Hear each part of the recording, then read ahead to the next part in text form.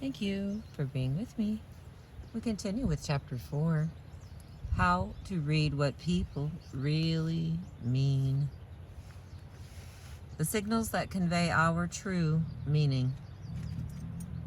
What people really mean, regardless of what they are actually saying, can be detected in the way they act and react, both physically and verbally. Despite the fundamental differences among the 4 personality types, all 4 types use the same signals to convey their real meanings in what they are doing and saying. These detectable, verbal and nonverbal signals come out in exactly the same way in everybody's behavior. Learning how to read a person's real meaning in these signals is the final step in the first of the 3 R's. From birth, these signals are sent out loud and clear, yet we haven't been paying enough attention. For example, if we try to pick up and cuddle a baby who does not know us, she sends out unmistakable signals. She draws into herself and clenches her hands, pulls up her legs, and buries her head in her shoulders. Her eyebrows start to knit, her lower lip protrudes, and she may even screw up her eyes and turn her head away. If we persist and lift her up, she stiffens her body, leans precariously back and away from us, and clenches her jaw. She may even push at us with rigid arms. If none of these body language messages get through to us, the baby then sends out an even more obvious signal.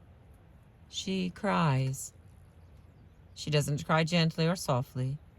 She positively bellows. It is almost as if she is saying, "This jerk has missed the subtle signs. Now I have to make it crystal clear that I don't want to be touched." And the next category.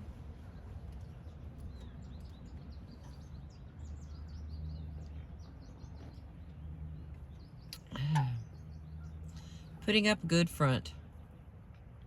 Adopting roles and playing parts. The signals we as adults send out about what we really mean may not be as blatantly obvious as a baby's, but they are there to be read just as easily, though in a more discerning way. The difference between the signals sent out by adults and those broadcast by a baby is that there is no subterfuge about what the baby is trying to convey or the way she conveys it. She expresses exactly what she thinks and feels the moment she thinks and feels it, whereas we, as adults, do not, and are constantly constrained from expressing our real thoughts and feelings by the conventions and mores of the society and culture we live in. We want to weep, but it is considered unmanly. We want to act aggressively, but it is considered unfeminine. We want to shout and scream in frustration, but it is considered hysterical. Just as a baby must, as he or she grows older, as he or she grows into us, we learn how to behave ourselves. We learn how not to show our true feelings. Instead of weeping openly, we adopt the role of the strong, silent type. Instead of acting aggressively, we adopt the passive female role. Instead of yelling in frustration, we become the long-suffering martyr. In all our adult efforts to belong and to gain acceptance, approval, and love. We find ourselves constantly adopting roles and acting out parts, however badly these parts and roles may fit our true personality. Like miscast actors, we find ourselves constantly ill at ease, awkward, and not quite sure of our next line. Rarely, if ever, do we turn in a perfect, convincing performance. For instance, the non-confrontational feeler, forced to take a dominating role, may get his lines right for the part, but his delivery of them will always betray a tentativeness, and his body language a lack of genuine aggression and control. Similarly, the undemonstrative, systematically minded analyzer, forced into a caring role, may be able to gush platitudes on cue, but the facial expressions that accompany them will be oddly stiff, and her body language will display a distance and a lack of warmth. While we may all be able to live with having to play these parts to cover the inadequacies of our particular personalities in the world at large, in the office or workplace, or with people relatively unimportant to us. In private, we all long desperately to be able to be ourselves, with at least one person who can accept us for what we really are. One person we can trust to understand and cherish those vulnerable parts of us we can't afford to reveal too openly. And we would gladly reciprocate that trust by accepting unconditionally who that person is and his or her deepest secret self. Yet most of the time, we seem incapable of breaking through the facades we have created to protect our tender inner selves. We seem incapable because even when we are with someone we trust, from lifelong training and almost force of habit, we find it difficult to express ourselves openly and are still constrained and consciously behaved in what we say and do, because we know of no way of seeing beyond this constrained surface level of our own and others' behavior. We still rely solely on listening to and believing the messages, the lines, the roles, and the images it conveys. We persist in using this superficial, surface level of behavior to deliver the behaved messages of who we feel we should be and what we think we should mean, even when it is vitally important that we convey who we really are and what we really mean. We do it because we believe and have been taught to believe there is no other way to do it. And the first category, subconscious leakage. Why we cannot suppress who we are. There is, however, another deeper level of communication that we are often unaware we all have, which carries the messages of who we really are and what we really mean. This is the subconscious level, which we have not been able to teach to behave. It is spontaneous, artless, and completely honest. It is the part of us which still has natural, baby responses. And it is so powerful, it cannot be quelled. This subconscious level leaks out into our surface behavior, into what we say, the way we say it, and the way our bodies react, all the time. No matter how hard we try not to reveal our true thoughts and feelings, we are unable to control the subconscious signals of them that leak unremittingly through into our surface behavior. Like it or not, we are unable to suppress it. And the next, I hope you didn't notice that the subconscious fumble. Yet, a simple yet obvious instance of subconscious signals leaking through to the surface and tripping up our conscious, verbal, and non-verbal behavior sometimes happens when we start to say something we wish we hadn't. As soon as we become excuse me, Lord. As soon as we become aware of what we're saying and realize excuse me, and realize the unwanted consequences of completing the idea out loud, we inadvertently send out the following cluster of signals. 1. Abruptly stop ourselves in mid-sentence. 2. Shoot up our hand to cover our mouth to shut off the flow of words. 3. Take on a mildly startling oops look. And 4. Quickly examine the expression on the face of the person we're speaking to in order to see if he or she noticed what trouble we are in. These signals from the subconscious can be detected. They are observable, verbal, and nonverbal fumbles, which are not in keeping with the message being conveyed on the conscious surface level.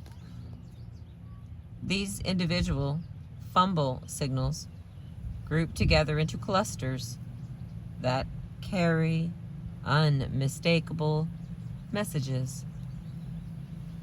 Even though at times we may be aware that everyone sends out these signals, and we realize that they carry some type of message, we rarely attach any great significance to them.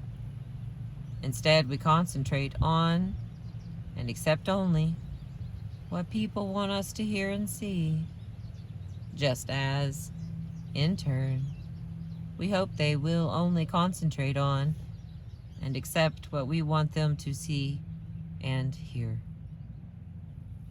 We do not want them to pick up on the clusters of subconscious signals we make all the time, which could reveal exactly what we really think, despite what we're saying.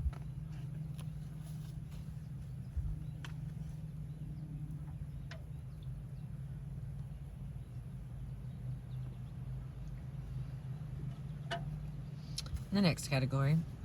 Believe me, I'm telling the truth. How the truth leaks out. Uh-oh, here comes trouble. Oh, they're going the other way. Believe me, I'm telling the truth. How the truth leaks out. If we are to understand what people really mean by the things they say and do, the subconscious thinking.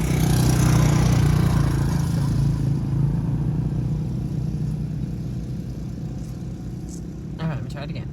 If we are to understand what people really mean by the things they say and do, this subconscious leakage is the very level of communication we must learn to read.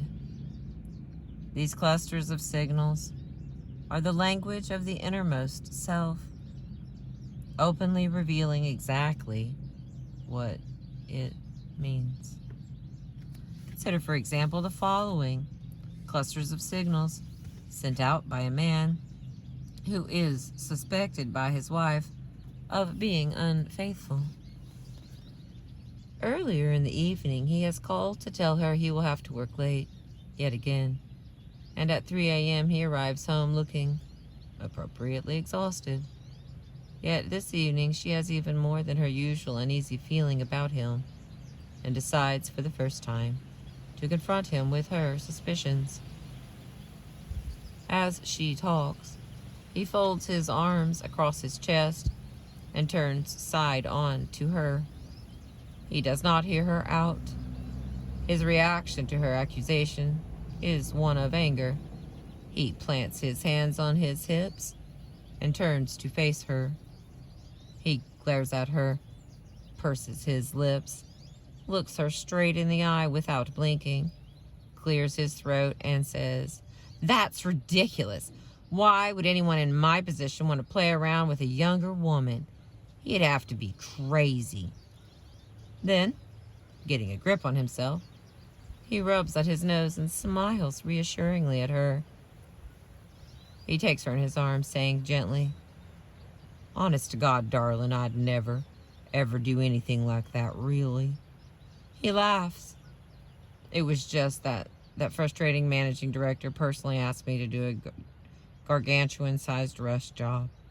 My report on it has to be at the Rome office by 5 a.m. their time this morning. Truthfully, I just managed to fax it off before I left the office 20 minutes ago." And she believes him. She believes him because she is hearing only the superficial meaning of his words and reacting only to his contrived behavior. She is not reading and interpreting the clusters of subconscious signals leaking out into all his speech and behavioral patterns. She is taken in by his role as the hard-working, faithful husband, by the fact that she wants to believe him. Yet if she has been able to read what he really meant by the things he did and said in this short exchange, she would have picked up at least 13 body language and 17 verbal signals that are at complete odds with the story he is trying to sell, and at complete odds with the role he is trying to play. In the next category, body language signals. How the subconscious leaks out into what we do and the way we do it. His body language signals alone, before he even says a word, should have alerted her to the gulf between what he says and what he really means. For example, when she confronts him with her suspicions, he crosses his arms over his chest, signaling that he is closing himself off from her. He is not open to listening to her concerns, but is intent on protecting and defending himself from attack. With his body turned away from her, he is signaling his subconscious attempt to evade the issue, hoping it will slide past him. He has already decided not to face the problem head on. At the point in the story where he has decided he must take control in order to convince her and throw her off with his anger, his hands go to his hips, with his fingers pointing down to his genital area. This is an obvious male aggressive pose, signal he adopts instinctively to dominate her. These gross body movements are easy to notice. They are as obvious as the physical reactions of the baby who does not want to be picked up by the stranger. Whether or not the husband knows it, his true subconscious message is coming through loud and clear. And there are even more subtle physical movements and gestures in this exchange. When he first hears her accusation, the husband's fear of discovery has caused a physical reaction that affects the color of his skin. The sides of his face redden slightly, and the skin on his neck shows a reddish blotching. His wife probably did not attach any significance to the fact that he rubs at his nose at the point in the exchange where he has decided to calm himself down and try another approach. but she should have. In high stress, the erectile tissues of the nasal passages becomes engorged with blood, causing the nose to become highly sensitive. The Pinocchio syndrome, signaling of rubbing, stroking, or pulling at the nose to alleviate stress, when read in a cluster of signals, is a sure sign of lying. We got a little thing here. Talks about the Pinocchio syndrome. Let's see if I can get the, oh, there it is. Can you see that? All right, I'm going to read it to you. The Pinocchio syndrome. Pinocchio's nose gave him away when he lied. Our noses give us away when we lie. It is not that, like Pinocchio, our noses grow a little with each lie, but that our noses actually tickle a little with each lie. And without realizing it, we then frequently touch, pull, or tug on the lower part to alleviate that tickle. This irritating, tickling sensation occurs when the erectile tissues around the nasal passages engorge with blood in response to emotional and mental stress. As few of us can lie without experiencing some degree of stress over the fear of being found out, or guilt over the thing we're lying about, or just simply anxiety at the credibility of the unlikely story that we are spinning. Our noses start prickling spontaneously. Then, while we speak, we brush at them or even actually pinch the nostrils closed to relieve the sensation. So when it comes to lying, the creator of the Pinocchio story had it right. The nose knows. In these few instances, the body language signals alone throw up in this scenario are examples of the types of physical behavior that illustrate graphically what a person is really thinking and feeling, regardless of what is being said. And there are other signals and reasons for them. There is a reason for every movement, gesture, and expression a person makes, intentional or not.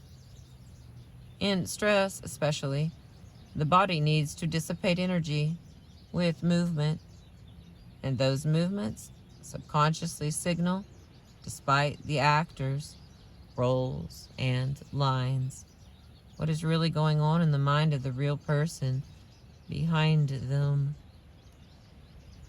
Sometimes the meanings of these nonverbal signals are clear and obvious.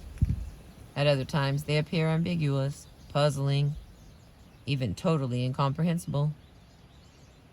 Yet even though one apparently innocuous signal may not convey any particular meaning, several signals read together as a cluster do form a definite pattern and convey a clear message.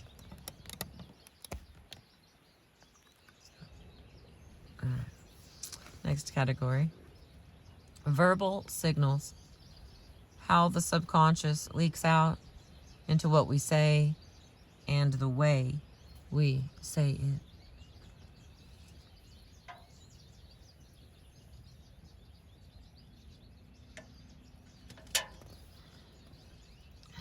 Okay.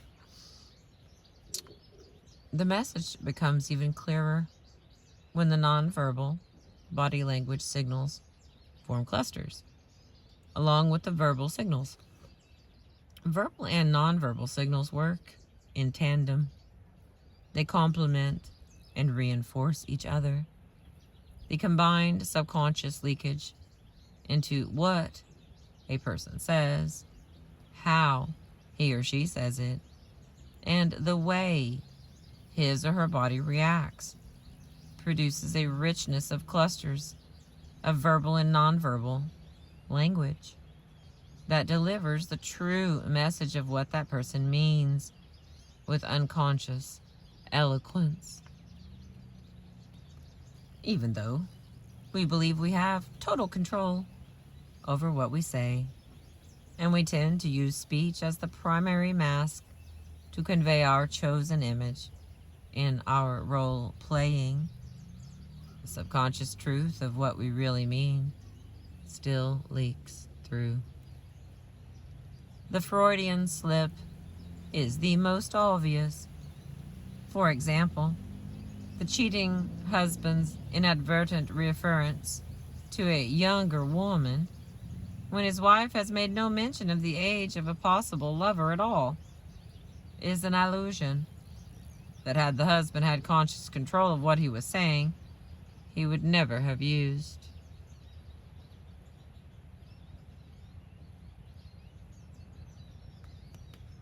Similarly, more subtle but nevertheless obvious leaks are revealed in the type of phrases and expressions that he uses.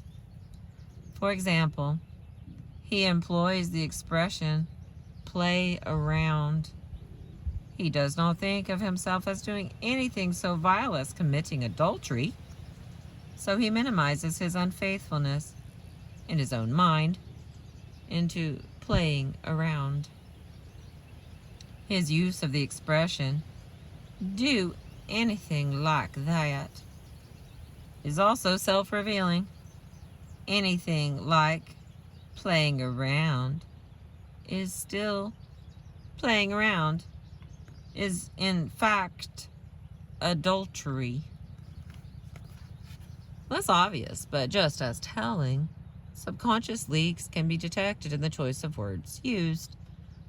Her husband's use of the word gargantuan may momentarily strike his wife as nothing more than slightly odd, but when in stress, people tend to draw on a vocabulary outside their normal range and often use and misuse esoteric words they think will strengthen the impact of what they're saying to make it more credible. The husband's use of the adjective frustrating to describe his managing director is an example of the subconscious leaking out oblique references to its own state of mind. The theme of frustration probably describes not the husband's relationship with his managing director, but the husband's feelings in his relationship with his wife. Rather than openly using the word frustrated to explain his behavior, since he intends to deny his behavior anyway, his subconscious shifts into a less provocative, unconfrontational.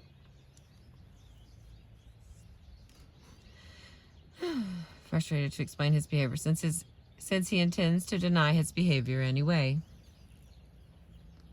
His subconscious shifts it into a less provocative, unconfrontational context. More prosaically, what a person says also includes, of course, the outright lie. The husband's story about his report having to be in Rome by 5 a.m.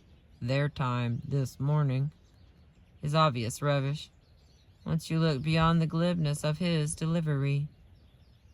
As the time zone for Italy has to be at least 6 hours ahead of U.S. Eastern Standard Time, he would have had to fax the report by 11 p.m. at night at the latest, not 20 minutes before he got home at 3 in the morning. Further, when what is said is additionally combined with how it is said, the real message becomes even easier to read. An abrupt mid-sentence cutoff often occurs when the speaker realizes he doesn't have total control over what he's saying, or he may merely pause, subconsciously, allowing a stalling tactic to buy time by uttering a few ums and ahs, and then confidently continuing with what he hopes is an acceptable ending to that sentence. Or it might be even subtler than still. The amateur adulterer who clears his throat before launching into his alibi is like the speaker who coughs or clears his throat before stepping up to the podium. He wants his intended message to come through loud and clear. He's focused his thoughts. He's decided on the image he wants to project.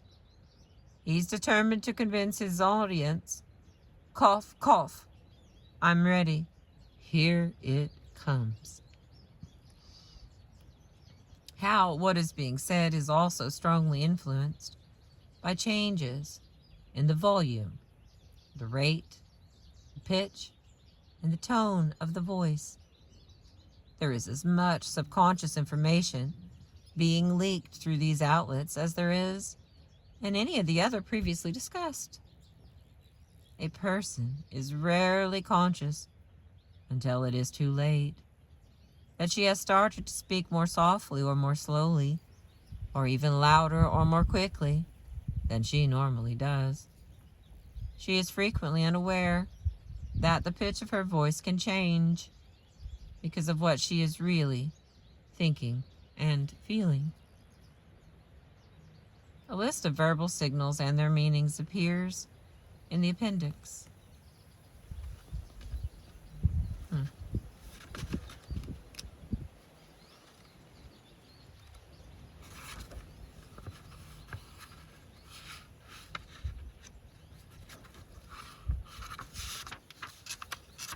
was trying to see if I could just find that real quick, but it doesn't look like that's the change of the person's mood frequency, language of the moods. Oh, wow.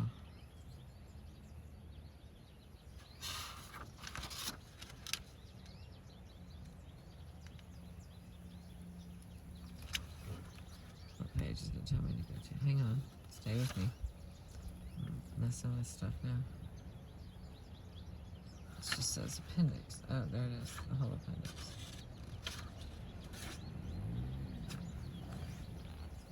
Alright, I'll put that all together then. It has all, like, what happens when people get angry. That's super cool. Alright. The next category. Everyday lie detecting. Clusters of verbal and physical signs.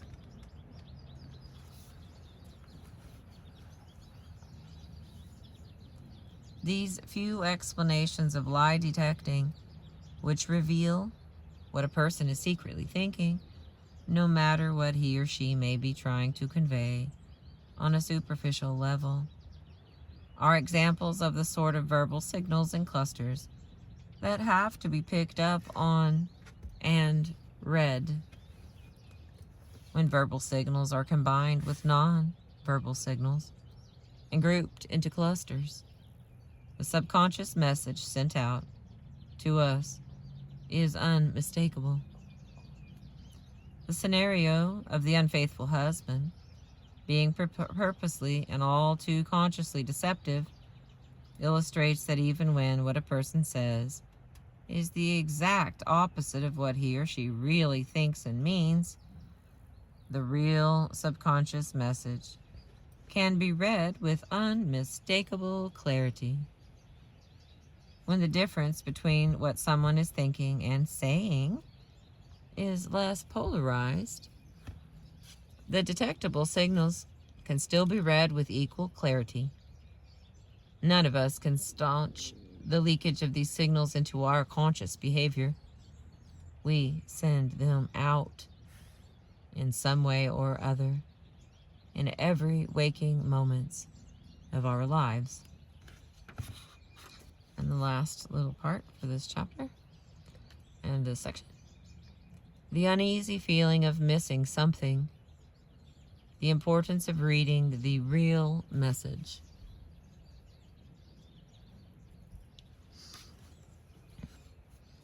All these illustrations of verbal and physical behavior are familiar. We see and hear them and others like them all the time. While there are moments when we do realize the significance of some of these subconscious signals and respond to them, there are others when we sense that appearance and reality may be very different. We just get an uneasy feeling that we are missing something, but don't quite know what. So often, talking with or just being with someone, we have a sense that there is an undercurrent of something that needs to come to the surface. We realize that whatever it is that we can't quite put our finger on is important, maybe even crucial, to our relationship with that person. But as we don't know exactly what it is, we do not know how to respond. Since we are overlooking almost all of the vitally important, real information about one other that our subconscious selves are so busy trying to communicate, it's not surprising that we seem incapable of breaking through one another's facades to reach that genuine understanding we long for. But all the signals being sent from behind that facade are there to be seen and heard by anyone who cares to read them. For so long, we have taken it for granted that the only level of communication is the superficial level of what is being intentionally said and done. We have been blind and deaf to the abundant wealth of unintentional information flowing all around us. Yet all that is required to tap into this information and read it is the ability to be aware of what is really happening, to look and see, to listen and hear. All right, we got us a little square here for everybody. All right, now I'll read that to you. Rules for reading behavior signals. Observe and concentrate. Look and see. Listen and hear. Never assume anyone's projected image is his or her real image. Identify their personality type. Establish their normal physical and verbal behavioral patterns, and note variations from that norm. Be aware of subconscious leaks into their conscious behavior. Note that verbal and nonverbal signals work in tandem. And finally, remember that one signal standing alone means nothing. Signals must cluster before a conclusion can be drawn.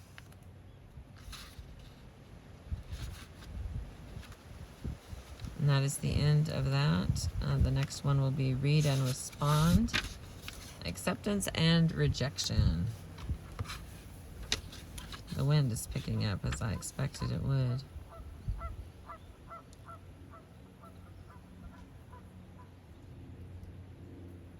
Anger. I'm going to add this is from the back, from the little appendix that is suggested that we take a look at. The language of moods. The verbal and nonverbal expressions of the moods of anger, depression, bargaining, and denial, and how they are used in conflict to deflect, manipulate, and control others. Anger. The emotions involved are frustration, disgust, indignance, annoyance, anxiety, and vengeance. Anger is used to fight rejection, relieve built-up stress or frustration through venting, deflect and project responsibility from self to others, maintain control over the ebb and flow of information, control, dominate, and manipulate the other person, attack the other person's weaknesses of logic and emotion, cause stress in the other person, block being affected by the other person's emotions, and to force an issue. Side note, anger is the mood most often faked because it is the most effective in throwing off the other person. And then the mood language of the body in anger. Kind of goes long, and my battery is a little low today, my friends, from the other one I made. So I'm going to put it up here. If you can read it, then you can read it. Oh, look at there. It's a little better closer.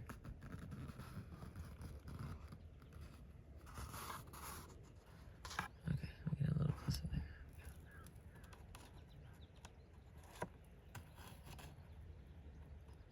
Look at that. I'm not going to have time to read it is what I'm feeling. Okay. The mood language of the body in anger. Breathing. Rate and depth of breathing increase and become more emphasized. Breathing may even stop for short periods. Skin coloring. Reddens and blotches and becomes purple with rage. In uncontrolled anger, as the subcutaneous capillaries in the face and neck expand. Pales and becomes chalky in controlled anger, as the capillaries close off. The posture and muscle tone of the body in anger becomes more erect as spinal muscles tighten.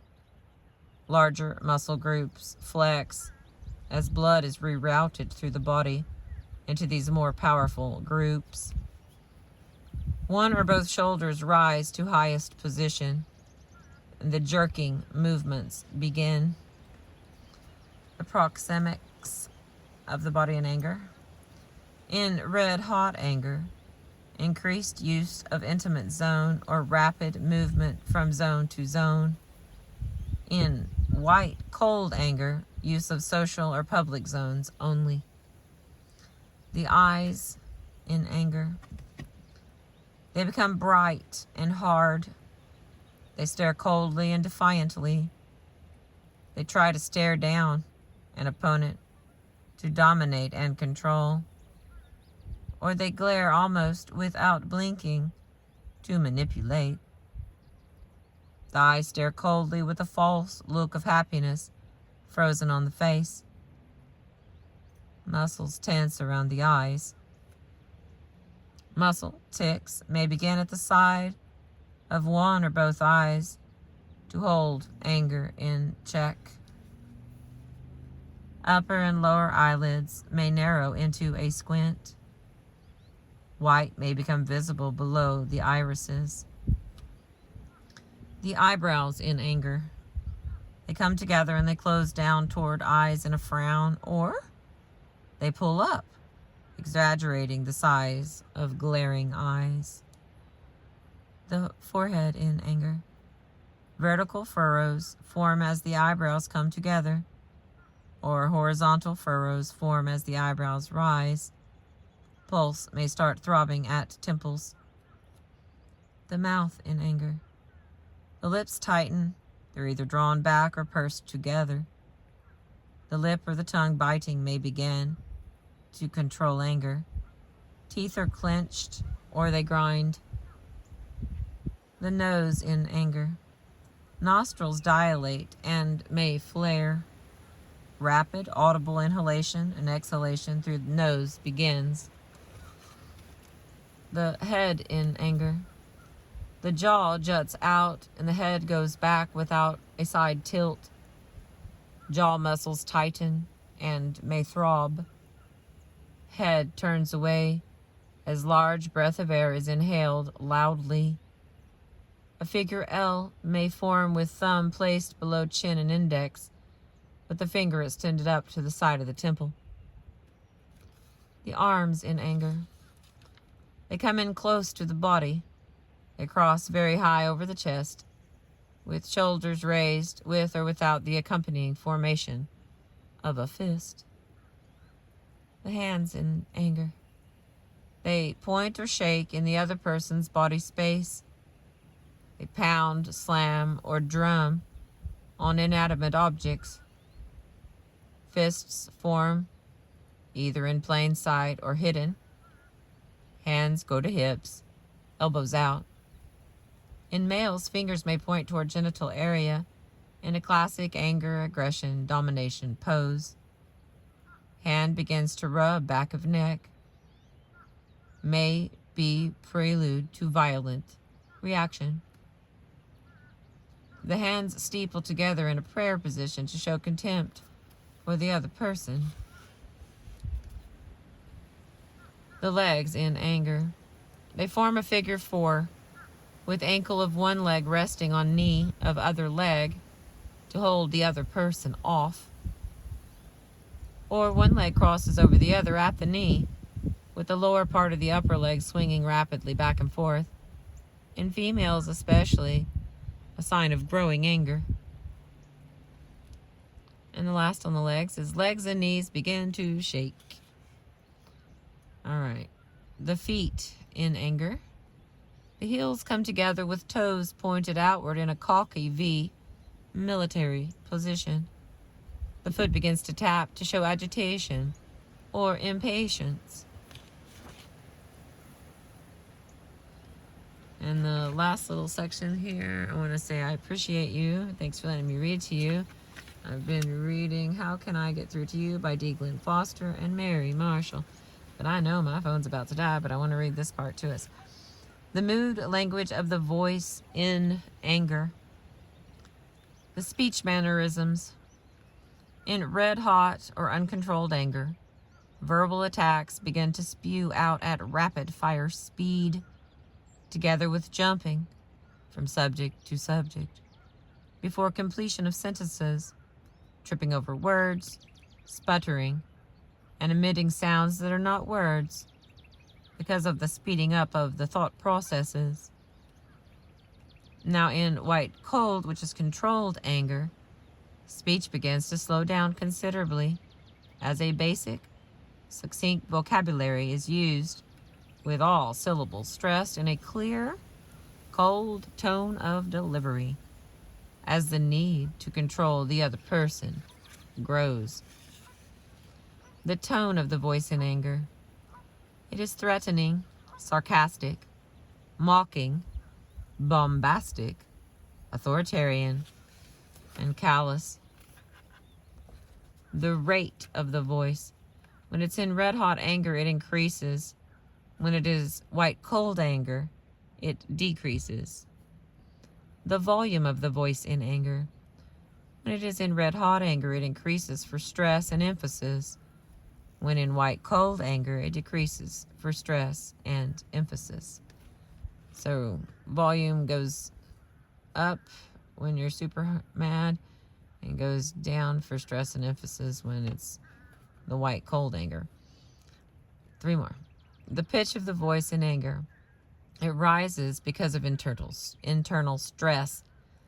The throat is sometimes cleared to reset the pitch. What is said in anger? Anything to attack other people, who they are, what they stand for, their logic, their emotions, their values, their position. Anything anyone says is attacked. Trivial, irrelevant details are latched onto and then argued about. All right, we'll stop there. That was very interesting. So that was anger. We've got depression, bargaining, and denial in this language of moods. So I'll add them as we go along here and at the end like I did this one. I appreciate you. Thank you again for letting me read to you. Have a beautiful day. There we are. 10%. Phone's quitting on me. I appreciate you.